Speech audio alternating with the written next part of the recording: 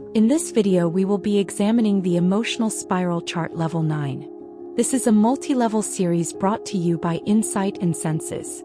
I hope you have been following along with this series as we delve into the journey of raising one's vibration through the examination of various emotions. If you are new to this series, welcome. If you have been following along, welcome back. So glad you're here. Now let us begin Level 9. In Level 9 we will be examining the emotions of insecurity, pessimism, judgment, and self-pity. Now let's start with insecurity. Insecurity is a feeling of inadequacy and uncertainty. It involves an overall sense of uncertainty or anxiety about your worth, abilities, skills, and value as a person.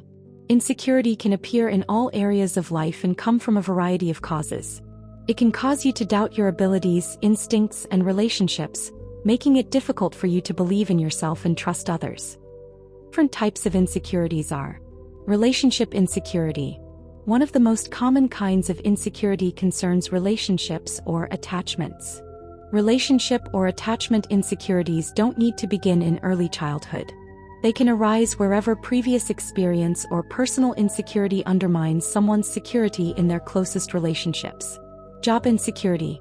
Job insecurity occurs when you are anxious about your continued employment or about the continuation of certain benefits attached to your employment. It can be triggered by anxiety over your own job performance or anxiety over factors beyond your control. Body image insecurity. A common source of insecurity is body image. Many people feel insecure about the way they look and question whether they measure up to an imposed ideal. There is no necessary connection between actual body health or appearance and body insecurity. People of all body types can experience this type of insecurity. Social insecurity/anxiety. Another common type of insecurity surrounds the way we are perceived by our peers and the ease with which we interact with them. This insecurity can be a recurring low-level problem or can blossom into full-blown social anxiety disorder or social phobia. Signs of insecurity include low or superficial self-esteem. The measurement of self-esteem generally relies on self-report. Insecurity can lead to superficial self-esteem. People with insecurity often want to appear secure, and their explicit comments may be at odds with their automatic responses to certain stimuli. Perfectionism. The inability to be satisfied with progress and need to control and refine projects until they're perfect can be a sign of insecurity. It stems from the sensation that you or your performance is never enough. Self-isolation. Social insecurity can lead people to avoid social interactions, isolating themselves. Anxious or avoidant attachment styles. Anxious attachments are characterized by emotional dependence. Avoidant attachments tend to keep relationships superficial and disengage from more intimate connections. Poor job performance. Job insecurity, not having a stable job, can work to motivate some people, but it more often results in poorer performances. It can lead to absenteeism, turnover in tension, wanting to change jobs soon after starting, disengagement from colleagues, and poor work attitudes.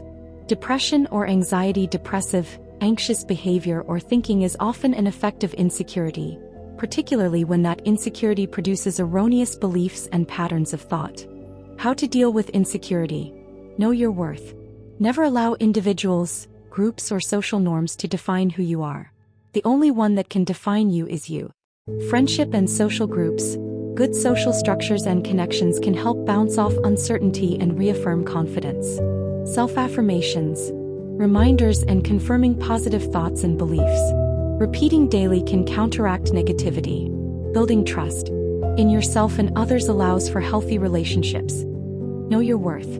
You are valuable. Believe it. Next up, we will review pessimism. What is pessimism?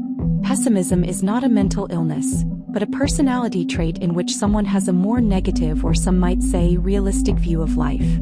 A pessimist usually expects unfavorable outcomes and is suspicious when things seem to be going well.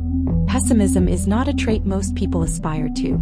It's associated with negativity, a glass-half-full attitude, depression, and other mood disorders.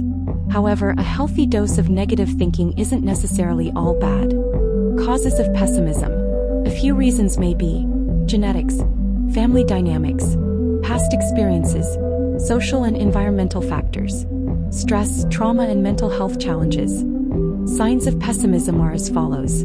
You feel surprised when things actually work out. You don't go after what you want because you think you will probably fail.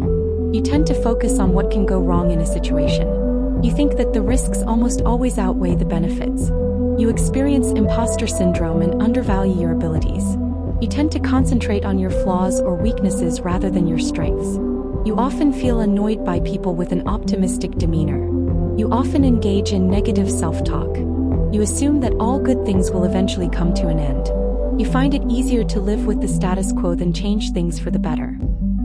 Overcoming pessimism. Remain positive. Repeating positive affirmations in difficult or uncertain situations can help in remaining hopeful. Deep breathing and meditation can calm the mind while feeling anxious. Allowing for trust, thoughts of positivity.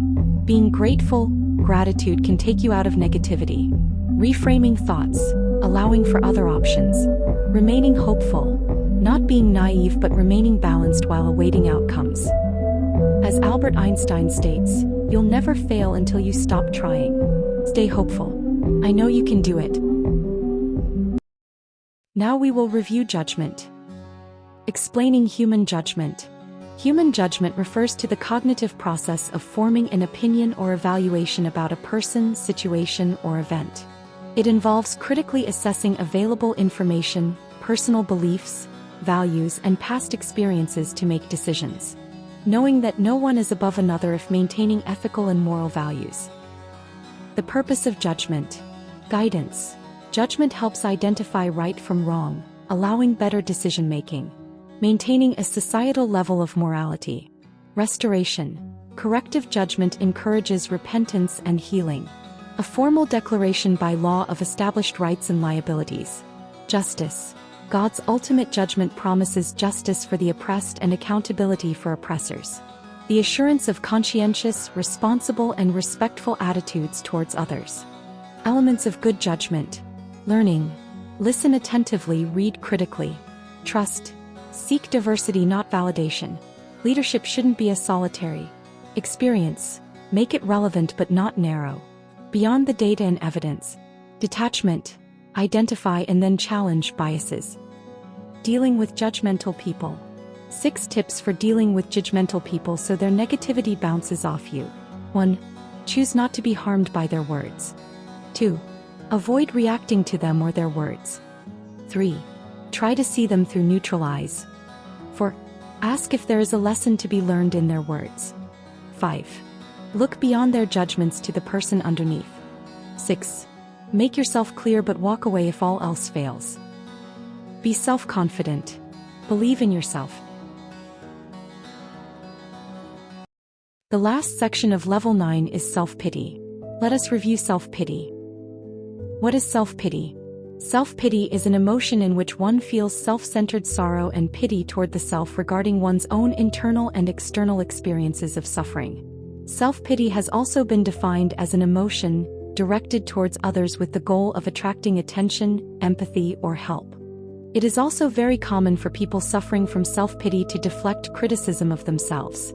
They are usually incapable of self-reflection and blame their bad situation only on external factors, such as bad luck or other people's supposed resentment. Complications of self-pity. Avoidance coping is one strategy to manage stressful and self-pitying behavior. In order to deal effectively with avoidance, you will need to understand when you are using this coping skill.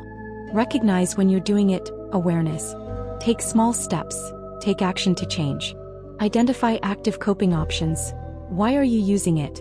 Find new ways to relieve stress and other emotional coping techniques.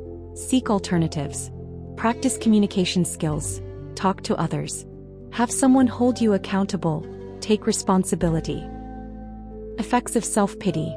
Research shows that self-pity can be an effect from a stressor of a dramatic event. It can also be shown that aspects of one's personality can affect one's self-pity. Although others initially respond to self-pity with empathic concern, the interpersonal effects of frequent expression of self-pity can be detrimental.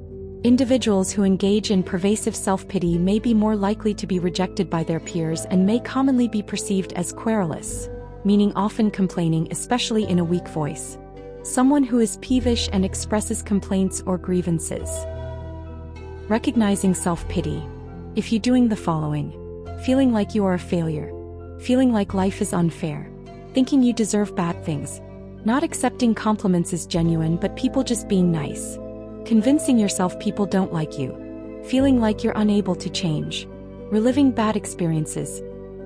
Strategies to overcoming self-pity. Recognize and challenge your negative thought processes. Reconnect with the real world, go out into nature. Talk to trusted friends and family.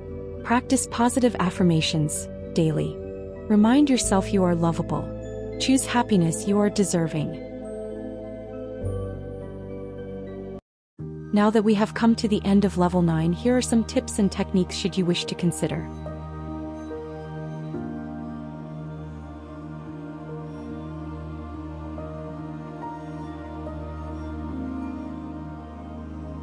Here are the presentation slides if you wish to review for level 9. You can pause at any time to review.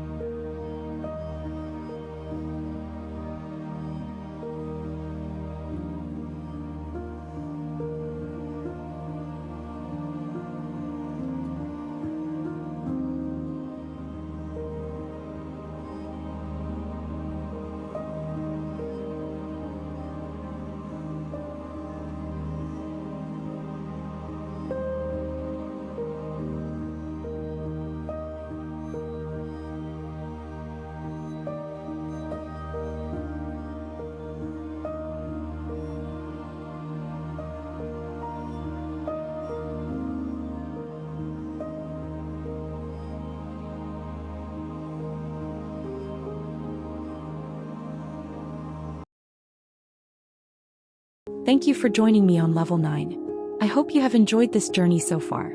Like, share and subscribe if you would like more video content like this one. Look forward to seeing you in the next one. Bye for now.